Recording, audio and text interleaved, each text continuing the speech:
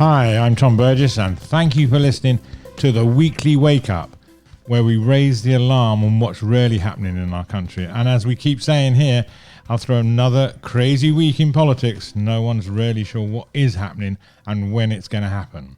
Anyway, this show is part of the Real Agenda network of podcasts of political change. And today we're going to be talking about a code of conduct for members of parliament. We're going to be talking about good business charter. We're going to be talking about social care and also what Bristol is doing to help reduce inequality in the city, and also about homeless deaths. So that's all in this week's Weekly Wake Up. But first I'd like to introduce the team. Hello, Satya. How are you doing this week? Hi, Tom. I'm well. We've got a jam-packed show today. So we'll better get on with it then. And also we've got here today, this week, we've got... it's Oliver. It is. Hello, Tom. How's life in the city? It's ticking along fine. Ticking along fine. Good. Well, I'm glad to hear that. Just a reminder that we're always looking for new people to join the team. If you would like to help with content production or marketing, do contact us. Also, do let us know what you think about the Real Agenda. You can email us at info@realagenda.org.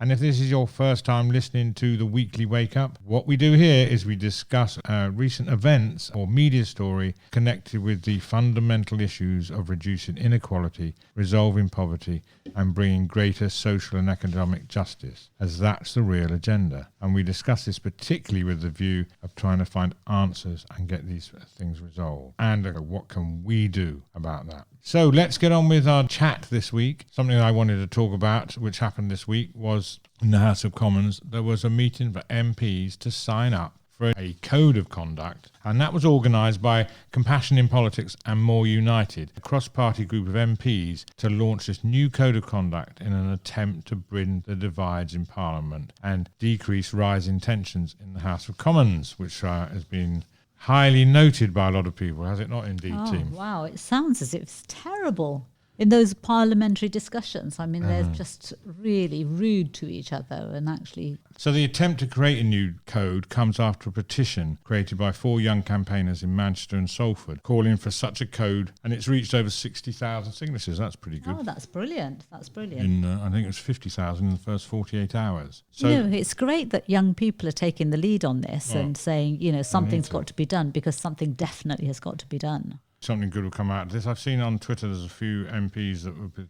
picture of them signing up to this pledge. Well, they say that, good or bad culture actually begins at the top. And if our politicians are going to start being disrespectful to each other and rude to each other, it just tells everybody else in the country that it's okay to do that. It does legitimise it. We've seen it across the borders with President Trump. His language and behaviour started to legitimise how certain people behave. And I think it's starting to creep into our country as well, which is unacceptable. And the code's will ask MPs to avoid language that would incite hate or violence, start to reform debating in Parliament so it becomes a means of building consensus and focuses the minds of parliamentarians entirely on achieving what is best for the people of Britain rather than the party squabbles. Now that's what you need. One of the MPs behind that is Caroline Lucas, and she also made a statement. She signed up, and then there was a few others. There's been some... Jennifer Nadell, the co-founder of Compassion in Politics, said that this toxic and dangerous behaviour has to be stopped. In no other walk of life would such language or actions with such dire consequences be tolerated. If the current arcane rules and procedures of Parliament can't stop it, then MPs will have to clean up their act and clean up the actions of others. It doesn't need to wait for legislation, but it can start right now by MPs across all parties signing up to the same standards that we would expect in our offices, schools and homes. Absolutely. I mean, it's a great idea, really, really great idea that this is being done. And I think MPs should all sign up to it. But it's such a shame that these people who are meant to be well educated, the leaders of our country, have to have a charter around behaviour. It is. Well, there are some things. I mean, there's the Nolan Principles of Public Life, and also there is a code of conduct for MPs on the parliamentary website, but it's more sort of procedural, I think. This is just about normal, decent, ethical behaviour that we would think is common sense. We know there are things that we should or should not say to each other or to anybody. I mean, the fact that we've got to this stage is quite an indictment of our society today now, then, isn't it? We've arranged to talk to one of the 4 young people in Manchester before next week's show, so we hope to have an interview with them. Yeah, I just wanted to say that in schools these days, they have a contract that children sign about behaviour and how to behave with their teachers and with their fellow pupils and so on. And I was talking to a very lovely 7-year-old the other day. His mum had said, oh, you mustn't do this, you mustn't do this. It was about swearing. And he said, no, I don't swear. And we said, oh, really? Why is that then? And he said, well, I've signed up in school. It's a contract. I've signed it and I don't swear. So it works with children. We just hope it would work with our MPs as well. A compliant child. We'll be giving updates on what's going on that particular campaign. Satya and I met with Julian Richer, founder of Richer Sounds, last week, and recorded an interview which we hope to make a couple of episodes for the Profit for Purpose series. Should be going out in about a couple of weeks. But there were some headline items there that you thought were quite interesting, Satya. Yeah, I mean, one of the things he wants to do is set up, again, it's a charter and it's the good business charter. It's working with businesses to get them to behave in an ethical way, and that's in terms of how they run their business. And some of the things that he wants on there is that these businesses who become part of the good business charter actually pay everybody a living wage, a proper living wage, which is interesting. And he has 10 things that he wants businesses to do. Number 3 I found quite interesting. So number 2 was no zero contract hours, which he had a real aversion to. He thinks they're very, very bad. In fact, he called them evil. But the third one, it said no penalties for sickness, which I thought was quite interesting, where people actually, if you're off sick, they'll give you a warning, and if you're off sick more than a certain number of times, then you could be given the sack. And that's allowed by our laws in this country. He's saying actually if people are genuinely sick, then they shouldn't be given these penalties. I know. Well, it's like treating people as grown-ups. And I think that's also one of his strengths, because one of his books is written The Richer Way, was very much on how to motivate people. And I think he also did some motivational work with Asda as well, in addition to developing its own business. But on the flip side of that, though, I mean, I do see, because some people do take advantage of sick benefits. And when you see people often take Mondays off of sick or Fridays, but then if people are doing that, I guess what employers should do is looking at, are they demotivated at work, rather than penalising them for taking those days off. So looking to the well-being of your employees, and are they motivated in their job? Are they still interested in their job, rather than just a blanket penalisation scheme? I think the underlying thing on this is really caring for your employees, which is what Julian Richer does. It's part of his key philosophy in running his business, that actually he sees his employees as part of a family. And it works, but that works both ways as well, because when you see a caring employee, it doesn't have to be complete over the top, but you'll get reciprocated from the employee as well. There you get better productivity out of them as well. There's evidence to show that those companies that pay their staff better,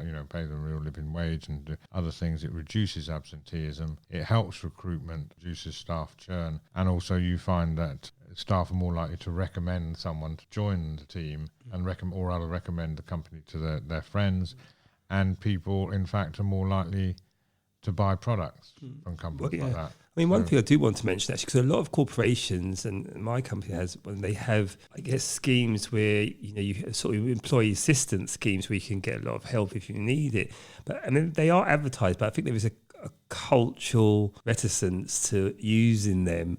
But they are available, and it's like, I think, like mental health, people only now people are beginning to talk about it more and things like that. It's okay to go and see a counsellor. It's okay to go and admit you have problems, and I think if we could make that more, normalise that more, that might help as well. Yeah, there seems to be lots of taboos around mental health still, but I think slowly but surely that is beginning to be addressed. Yeah, and I think Prince Harry, yes, if you mentioned royals on your the show, but I think he's done quite a lot to actually help in that respect. So to me, it has become a bit trendy as well, like diversity, inclusion, and some people have jumped on the bandwagon. But I think anything to sort of raise the profile and make it sort of a more normal aspect of daily life, because it's a huge thing, especially particularly amongst young, amongst carers, it goes to the well-being of people. Absolutely. Yeah. Just was going to say that Julian Richer is the absolute perfect example of, if you treat your employees well, you will get the benefits, you will reap the benefits of that. And he's made profit within his company where other companies like his were actually going down the pan. So, he's proved it, and it's real. It's not some airy-fairy thing. It actually works. We'll be learning more about that in an episode in our Profit for Purpose series produced by the Real Agenda Network. And you can find Profit for Purpose on your podcast provider. Just search for Profit for Purpose, and it's produced by the Real Agenda Network. And we have recently spoke to Paul Lindley, who was the founder of Ella's Kitchen, and also to Chris Turner, who's the executive director of the B Labs UK, which look after the B corporations here in the UK. And so you can check out those episodes that are now available online. But moving on, Satya, we were going to talk about social care. You had a story there that we were going to share with us. Right. So, Tom, this is a story about carers. We know, we've talked about it before on our show, that the social care system is actually in a real bad state and needs fixing.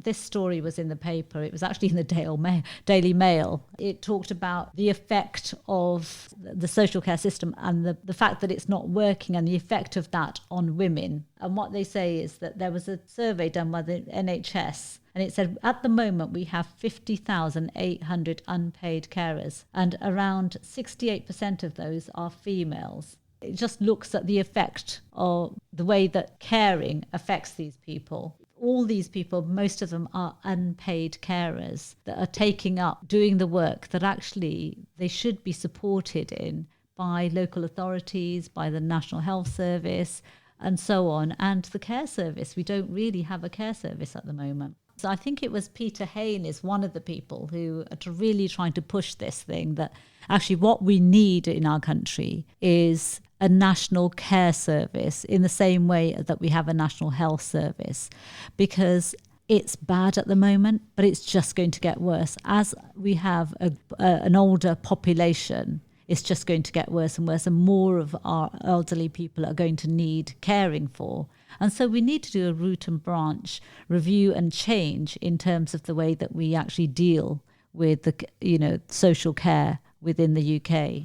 And I do think that there have been sort of much talk and I guess initiatives around integrating, I guess, the NHS system with the social care system, hasn't there? And I think that is, a root and branch approach, but I'm not sure where that's at necessarily. But to me, just my own personal experience, I was mentioning to you earlier, Satya, where our mother is sort of in need of social care, and we had an appointment to assess her with adult social services this morning. We saw her doctor after that, and then we had an appointment with Age UK.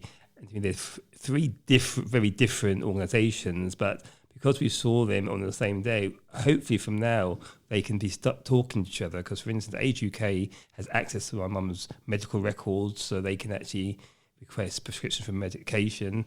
It requires quite a lot of effort on my part and my sister's part in order to get involved to make that happen. And it's only just the start. I'm sure there's going to be bumps in the road. So can you imagine the thousands of people out there, and some people have no one as such to help them in order to sort of piece those together. Yeah. So that root branch approach, I think, is absolutely fundamental.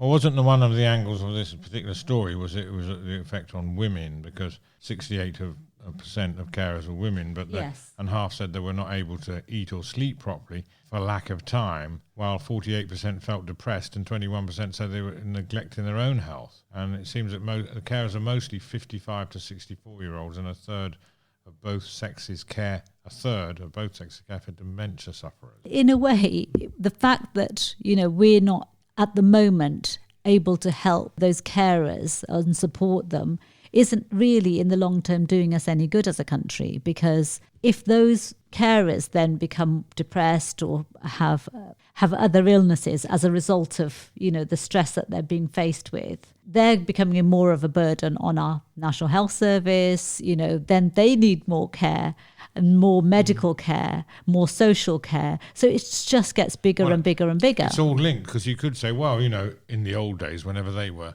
the family looked after the older people. But now, of course, there's such pressure on families because the cost of housing is so high, wages are so low, that carer may also is under so financial pressure as well. They may say, here, how many got a full-time job or part-time job to support what they're doing caring for the parents. And also people get into these situations of stress because of these stresses on families caused, in my humble opinion, by a lot of the austerity policies that have come from the government and taken away the funding of these a lot of services. That's causing more and more problems. Whereas in that generation where families looked after their own, in those times mostly we used to have one person who worked, and so one person who didn't work. And families were around and were able to do that.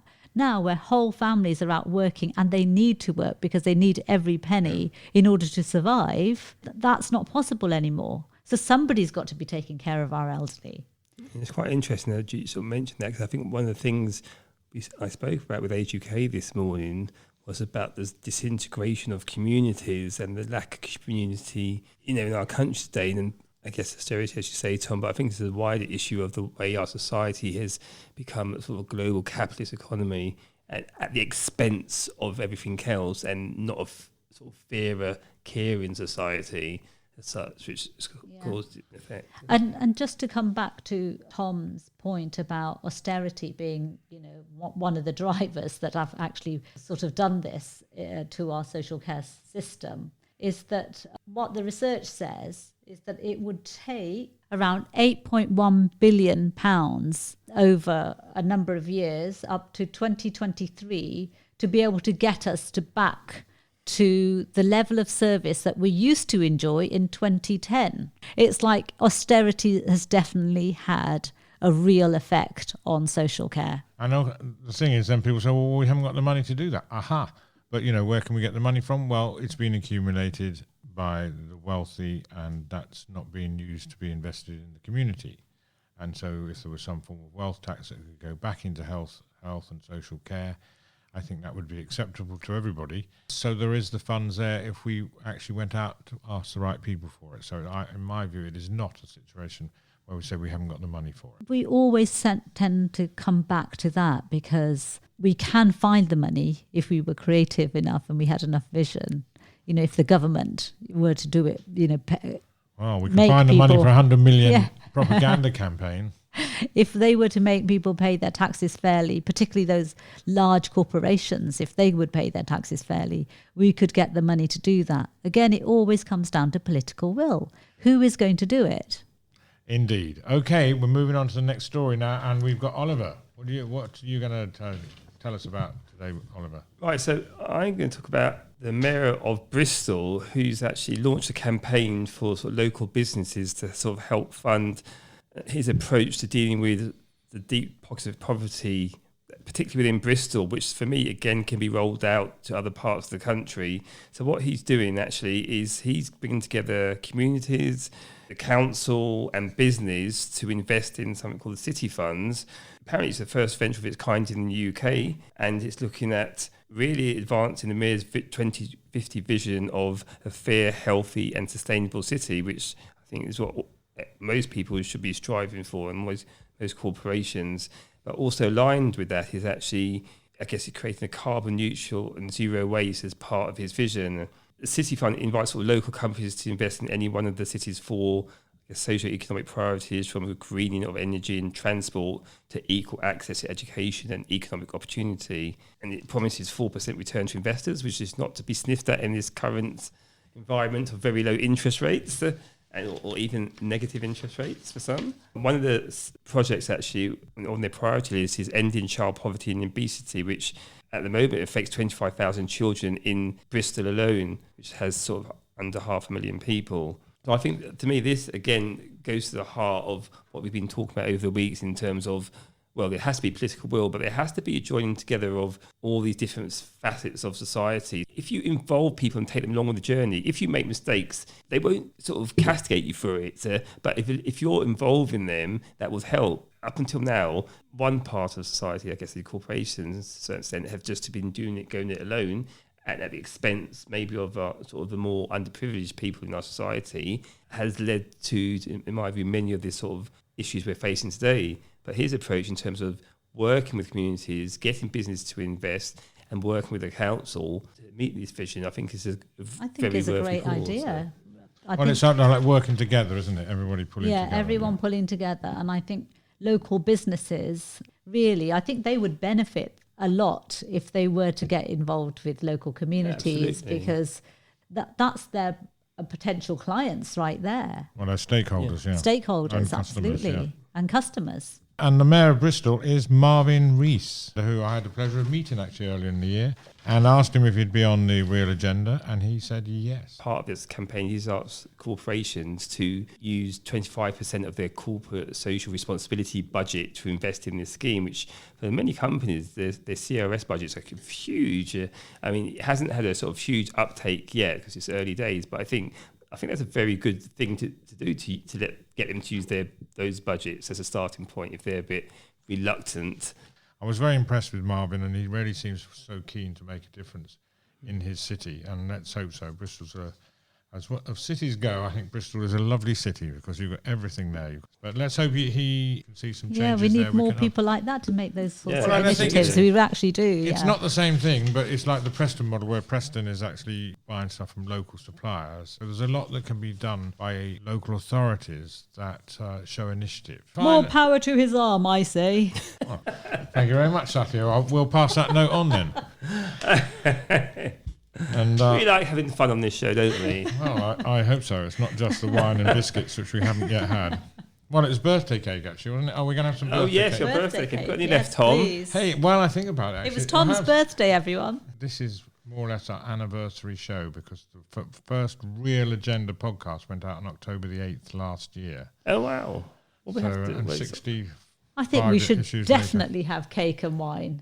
I agree. But moving on, there's one more serious issue that we need to talk about. There is a sad story about more deaths, homeless people, increased number of deaths. And I think it's probably mostly rough sleepers that they're talking about that actually... And this was in The Independent, was it? This was in The Independent. And it said that in 2018, 726 people died in England and Wales who were rough sleepers. And that's nearly 2 a day. And that I found quite shocking. And the Office of National Statistics said that the increase was largely the largest since it began recording these figures only 6 years ago. And one of the things that they're saying that the key drivers of the change is the number of deaths related to drugs poisoning, which is up by 55% since 2017. The Liberal Democrats have called for the scrapping of the Vagrancy Act, which actually makes it an offence to sleep rough or beg. So not only are you homeless, not only are you sleeping rough, you become a criminal as well.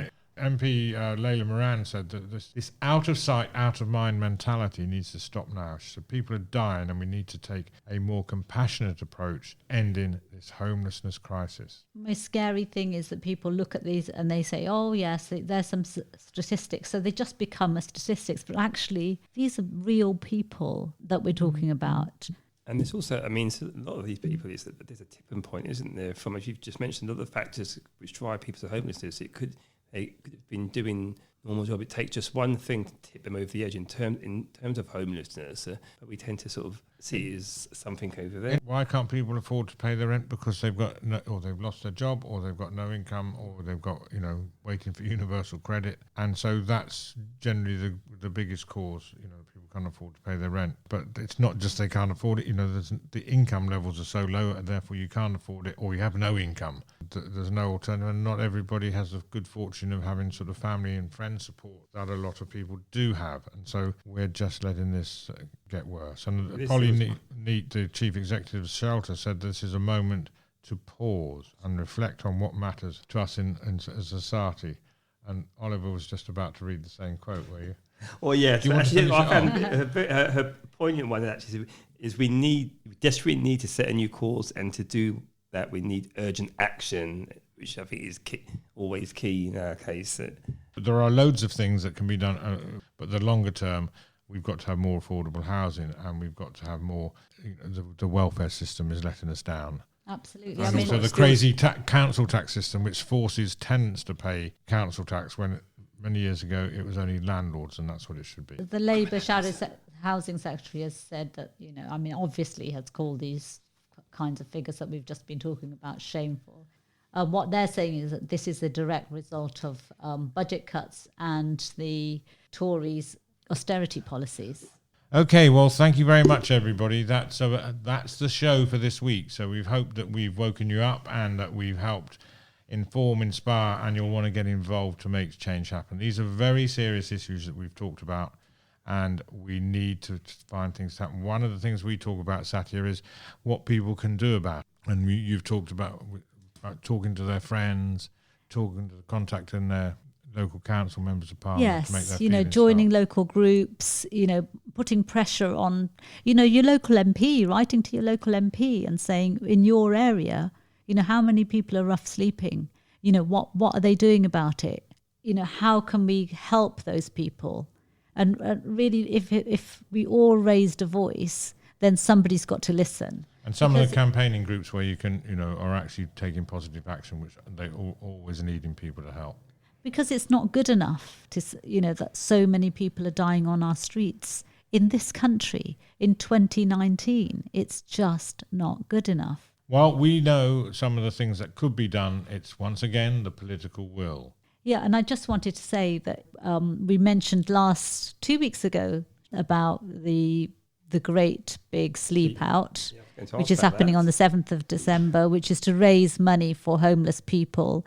We just want to encourage more and more people to join in with that or to give a donation. Okay, well, if anyone's got any comments, any of you listeners out there would like to comment on any of the points raised in this show, or would like to give input to this show, or anything like that, we love to hear from you. You can reach us at info@realagenda.org, or you can contact us via our website, realagenda.org, where you'll find the links mentioned in this show. So what's up next on the Real Agenda? Well, now that we've got 5 series on the Real Agenda Network, each has its own feed, so you can subscribe with your podcast provider to one or more of our shows. There's the Real Agenda, which is the original podcast for political change. There's Around the House, where we talk to MPs about making a difference. There's the Challenges for Change, where conversations with campaigners. And there's Profit for Purpose, which we talk about being a better business. And we've referenced that on this episode today. And we'll have a new edition of Profit for Purpose coming out very soon, featuring Judy and Richard. And of course, there's a weekly wake up. And we'll be back next Friday. Yes, we will. Thank you very much. And so will I. And special thanks to our sponsors, Reverse Media Group, one of the fastest growing search and media companies. Find out why at reversemediagroup.com. So one thing is certain, people want to see change to a more compassionate and just society, as well as more courageous politicians prepared to do the right thing for people over party. It's urgent, and it's up to us to make it happen. So it's goodbye from the team. Are you still awake, Oliver? Yes, I'm still awake. Goodbye. And also... Goodbye from me, Satya. Okay, and that's the Real Agenda. I'm Tom Burgess. Thank you for listening, and we look forward to talking to you again soon.